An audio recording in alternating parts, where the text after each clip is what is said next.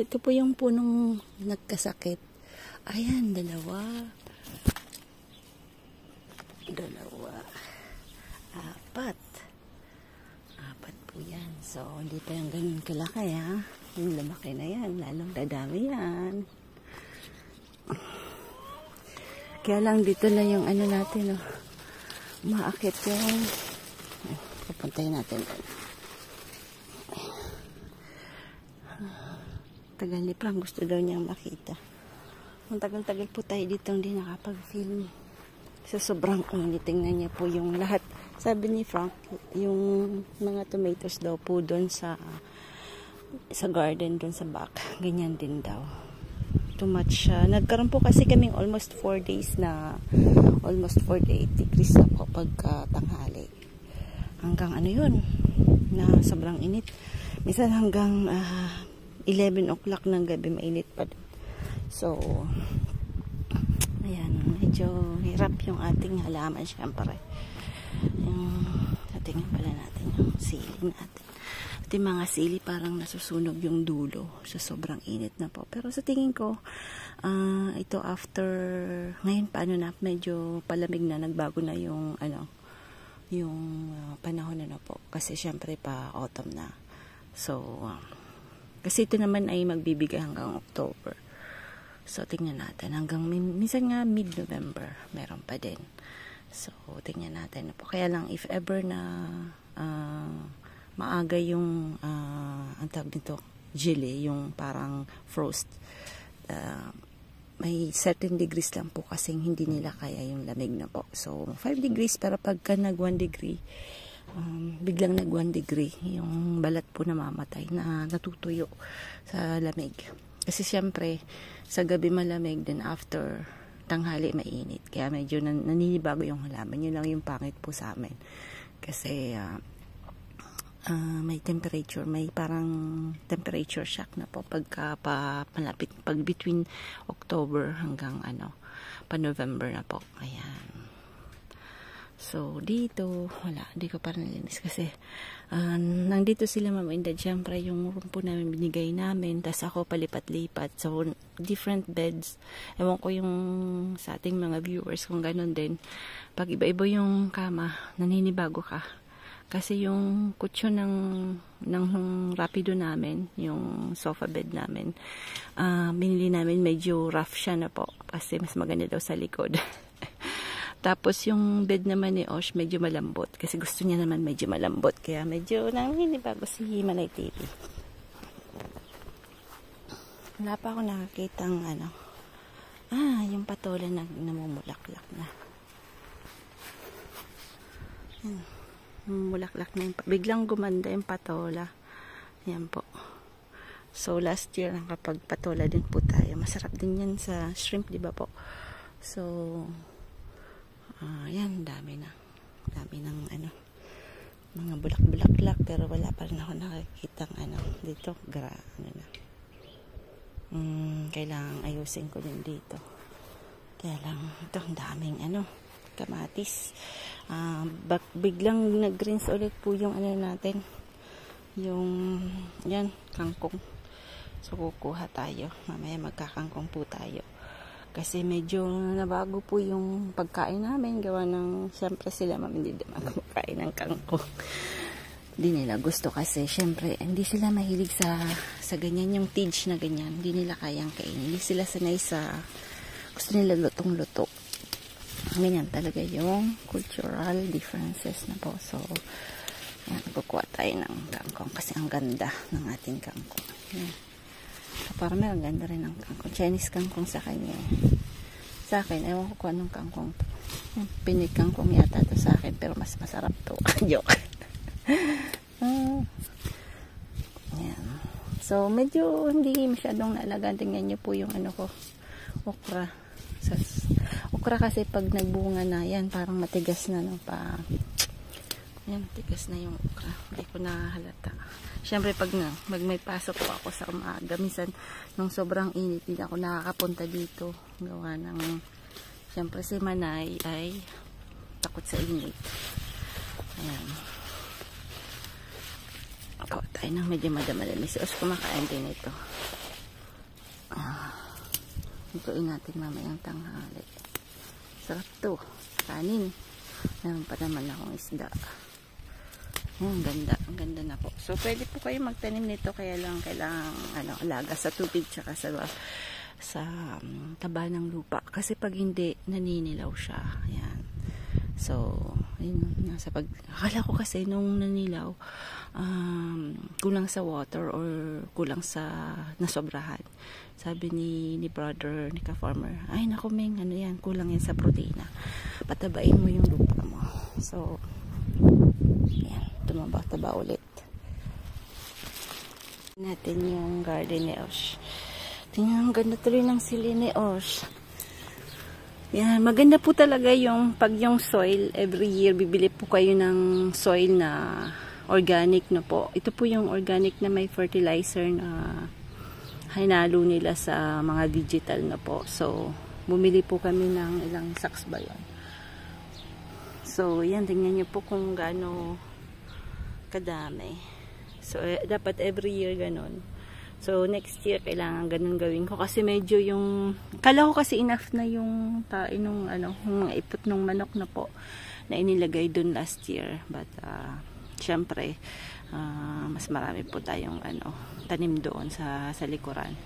So, ito po yung medyo sa gilid ng bahay. Sa gilid po ng swimming pool. Si Frank nililinis swimming pool. Sabi niya, diyan na maradik the swimming pool. Kasi syempre hindi naman namin masyadong na-use. Tapos matrabaho din po yung swimming pool. So, sadly, isa sa mga inconvenience kasi kami hindi naman masyadong mahilig. Mas mahilig po kami sa dagat. So, nung binili namin yung bahay, actually ako po yung nag-choose kasi nagustuhan ko po siya kasi hindi dikit-dikit yung mga kapitbahay, tapos malaki yung solar niya na po, may taniman po ako, and then ayan si Frank, tapos dun po sa likod yung natin, yung vegetable garden natin.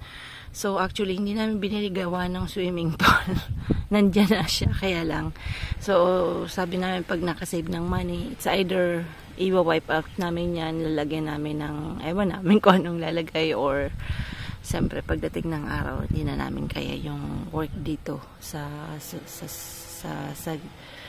bahay na po, kasi masyado ang daming ikakat. Siyempre pagka nagkakaedad ka na rin, mga around mga 70s ka na, so baka hindi na rin namin kaya ni Frank. So siyempre yung mga ganito po yung nangyayari dito sa France. Pag ganun, bibili na lang po ng apartment na po. So, medyo apartment na medyo may malaki rin na terrace para makapagtanim ka rin sa paso. So, we'll see. Matagal pa naman yun. Ilang years pa naman. Anyway, hanggang andito pa tayo. Kailangan nating i-profit tong tanim-tanipan natin na yan din yung maganda rin yung So, nakahapon tinanggal ko yung mga malalaking sa gilid-gilid kasi syempre itak yung ginamit ko. Hindi ko na po pinakita na po.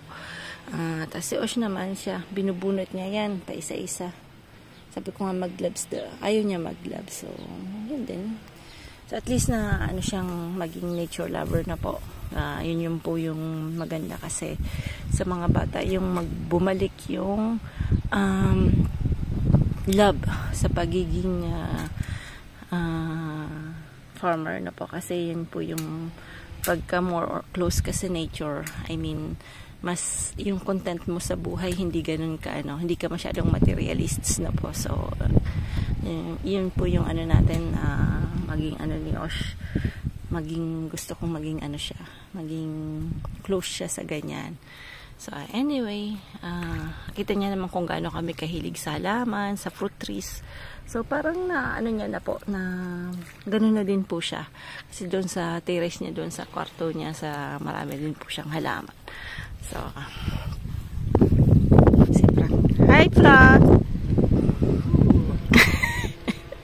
Good. Medyo, lahat po kami medyo hindi masyadong maganda tulog.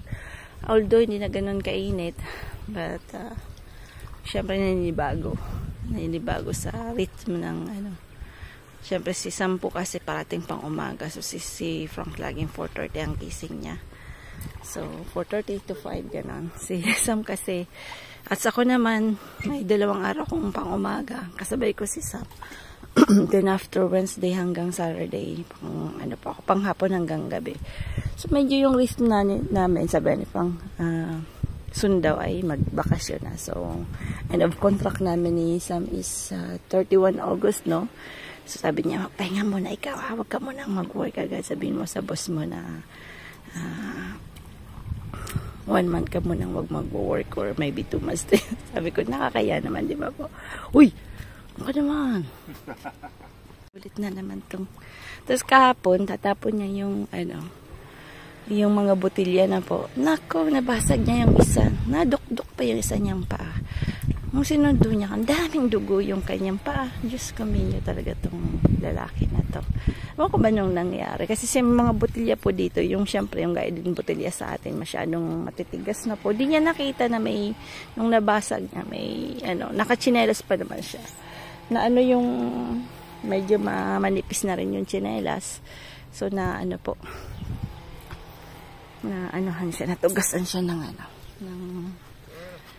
ng botilya. Kaya ingat-ingat. So, kasi nagmamadali. Yan. Ito pala yung sitaw.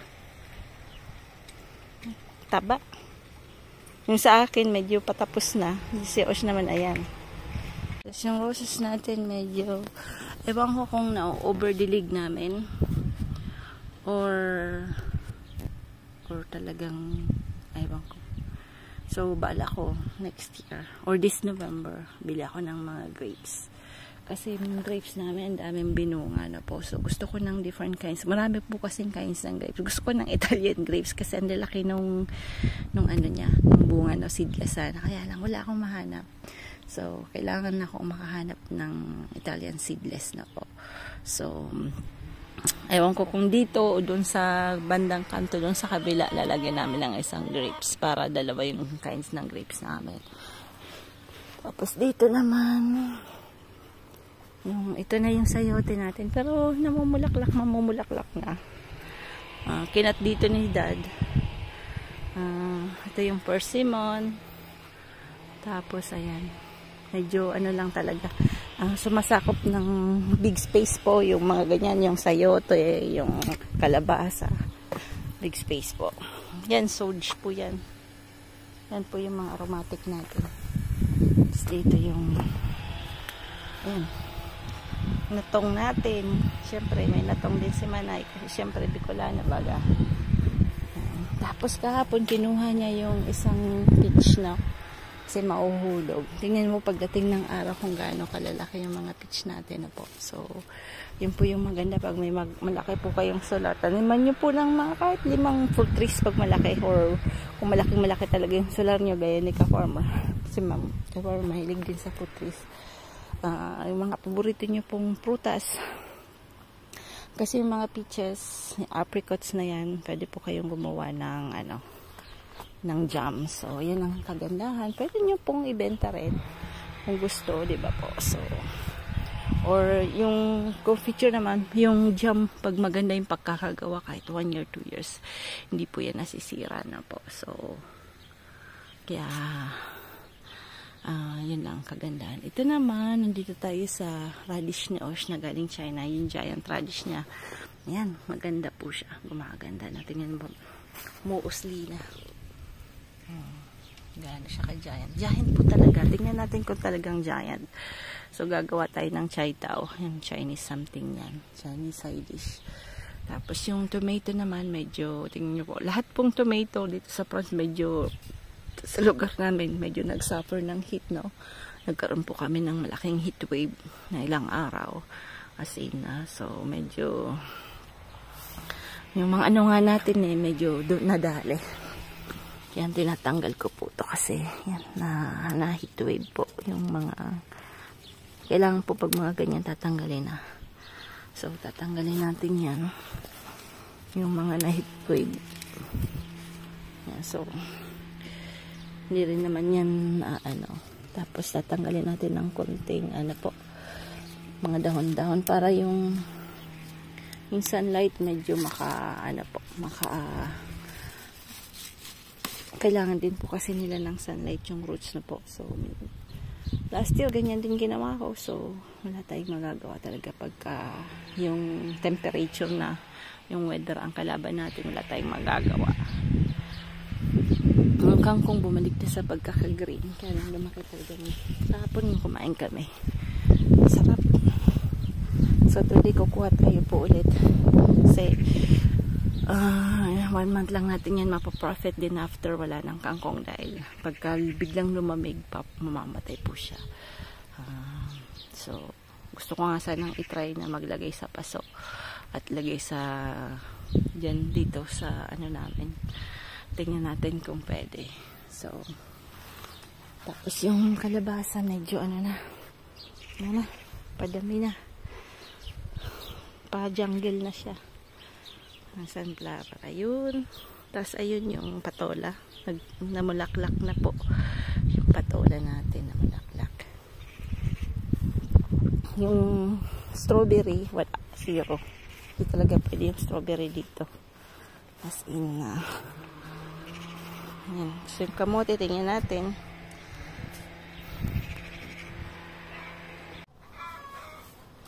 Tuwa tayo nung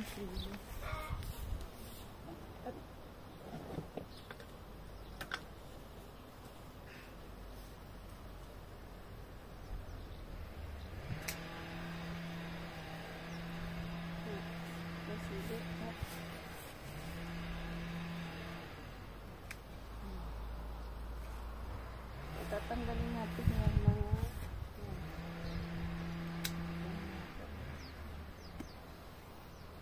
ito pwede to, so lagay natin dito sili.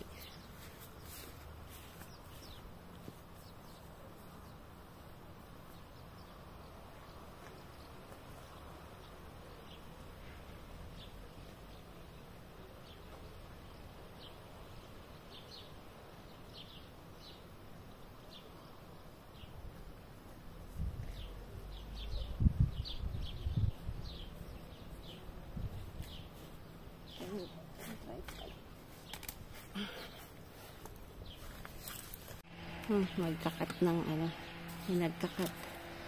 So, hindi tatanggalin natin yung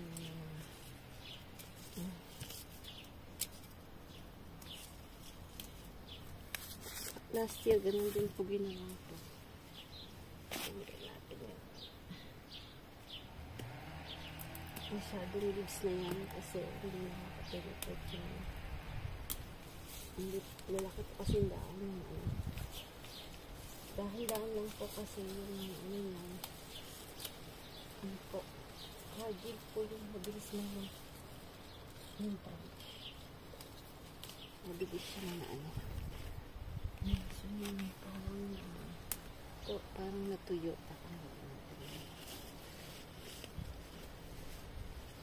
Lagay natin sa basura.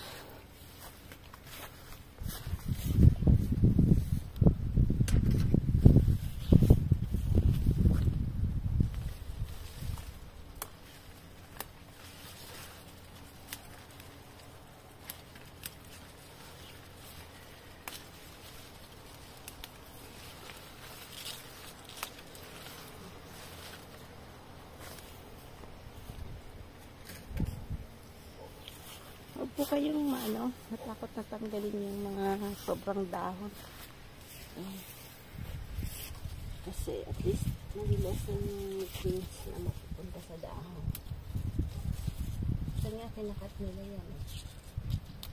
Natanggal nila yung ibang branch para lumaki talaga yung buwan.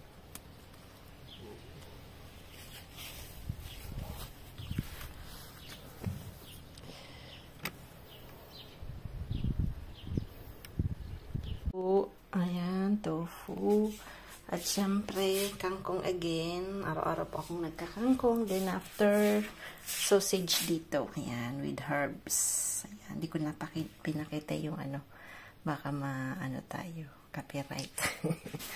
That's rice. Kasi medyo masama yung pakiramdam ni ma'am. Hindi siya masyadong makadigest ng parang ganon. Kasi mahilig din po kasi sila sa cheese. yung mga cured meat na po, yung mga ham na mountain, ganon.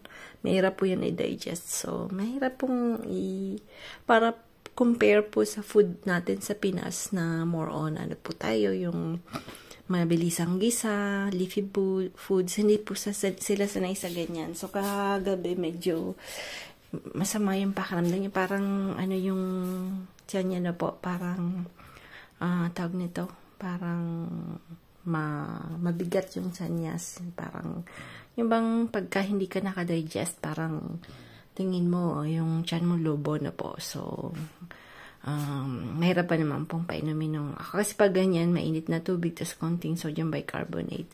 So, mabuti na lang in-accept niya po yung lemon na po, na hot sa water. Kasi maganda din po yun sa ganon, yung pag parang hindi ka na, parang iba yung pakiramdam mo, hindi masama yung pantunaw nyo po, hindi masyadong gumagana.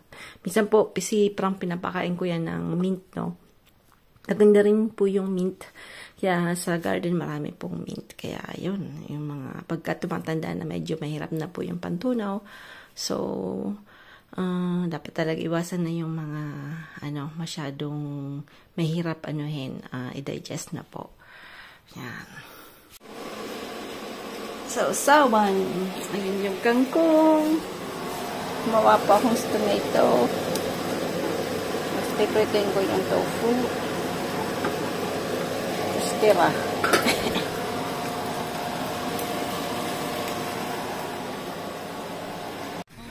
Oui, Frank. Good morning. Yan, nasa beach ulit kami.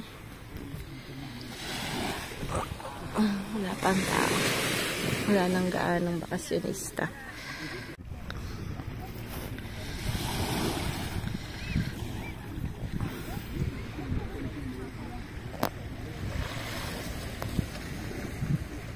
Medyo malamig po. Kasi umulan nung 2 days ago. Pero at least yung sun nandyan. So, hindi naman, siguro mga 24, 23 degrees yung tubig. So, syempre, medyo pag lusong mo talaga, mararamdaman mo yung lamig. But when you stay longer, na-adapt mo na po yung temperature ng water. Yung unang langoy, medyo malamig. Si Os, ang galing maglangoy, oh. Ayan si Os, oh. Si Frank, babasa na ang dyaryo.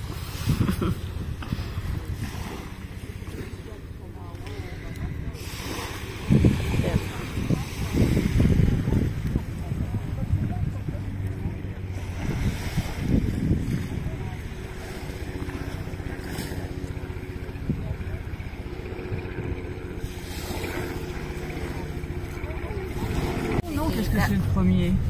C'est quoi? Attends. Là, le premier. Qu'est-ce que tu veux?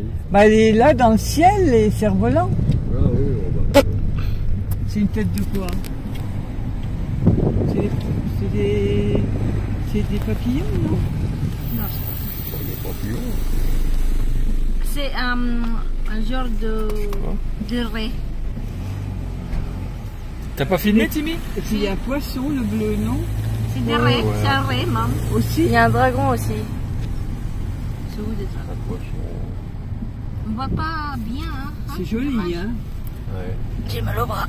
Ce sont les belles choses. Ulit kami. Yan. May nagsasabi kasi daw, hindi daw real voice kasi po, French po kasi ang salita nila, mom and dad, kaya, pero real voice po yan, real voice. French po kasi yung language na sinasa France po tayo.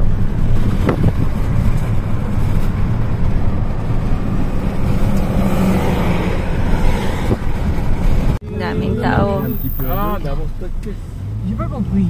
on a marché un petit peu. Kami kasi medyo alam na namin yung region kasi almost 20 years na. Nager sous l'eau, c'est un peu. Nung dumating dito si Frank, so alam niya na po yung mga sikot-sikot dito. Sa San Ciprian, Argelès-sur-Mer, Canet-Plage. Yan. So, kita mo parang maraming bakasyonista kasi ang daming car. Ngayon po kami sa beach. Lang po ako madali ang spaghetti. Lagyan ko po ng tomato ng garden o yung cherry tomato tsaka mozzarella kaya tingnan niyo po yung yung cheese niya. Tapos nag-read lang ako ng ganito para kaysa lalagay natin on top ng spaghetti. Crispy lang natin. Tapos ito yung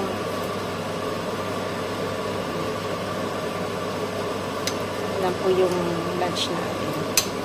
Kasi pag nag-beach ka, kailangan medyo mabilisan lang na luto, no po. Ito nga, hindi masyadong mabilis.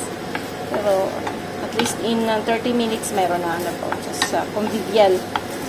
6 po kami, so...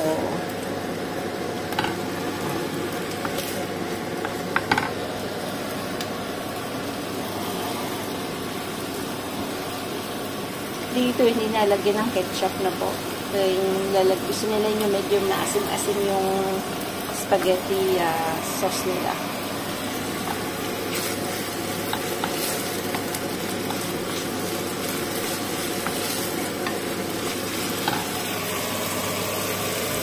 Ayan, okay na, nilulutok na. Kain na.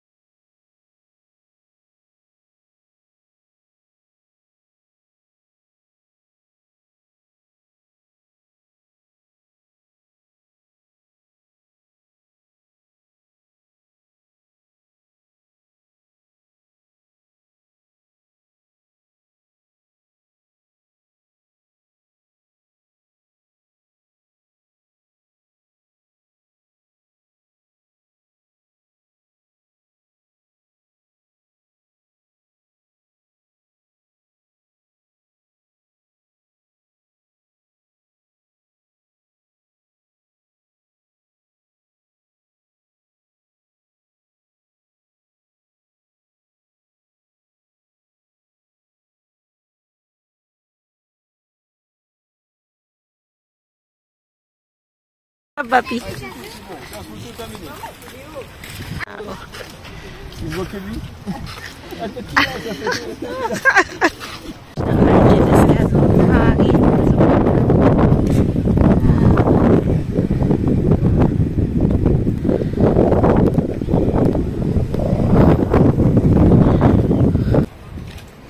Oui, parce que madame, ça revient.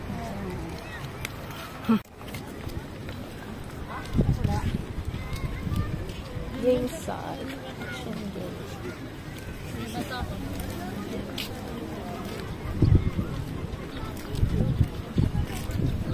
Il y a du monde à Algérie. Ah oui, tout le temps. Ouais, il y a du monde à Algérie. C'est vrai, hein, vous êtes embêtés avant ici. Ben finalement ça se passe assez bien l'été parce qu'il y a tellement de monde. Tu te rappelles, moi je faisais en plus, c'est la dernière année je faisais tout le judiciaire. J'occupais toutes les gardes à vue la nuit. Oh, c'était pas comme à Saint-Martin. Ah non, Saint-Martin c'est pas pareil.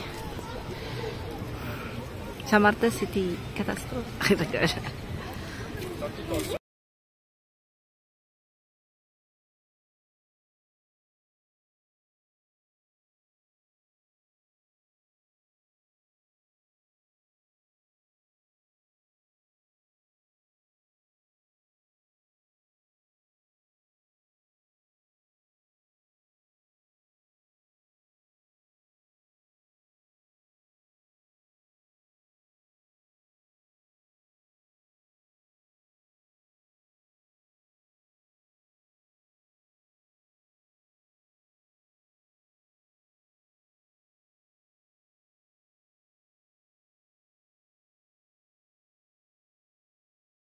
Je sais pas comment marcher.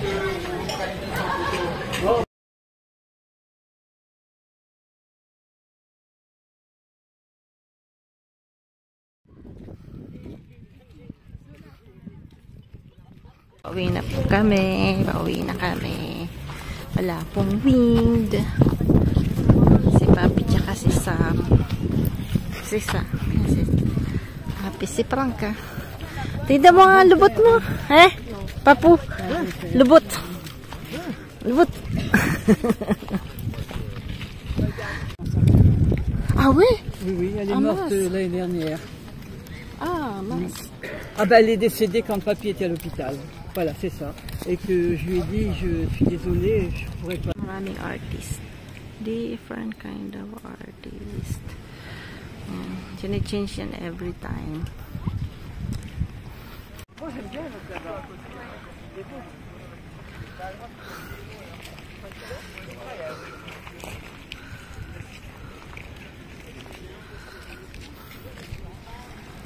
Si Osh. Lagi dapat si Ma'am may alalay kasi ang bilis niya pong matumba. Parang si Lola. Andito pa naman. Marami pong bato-bato. Bato-bato peak.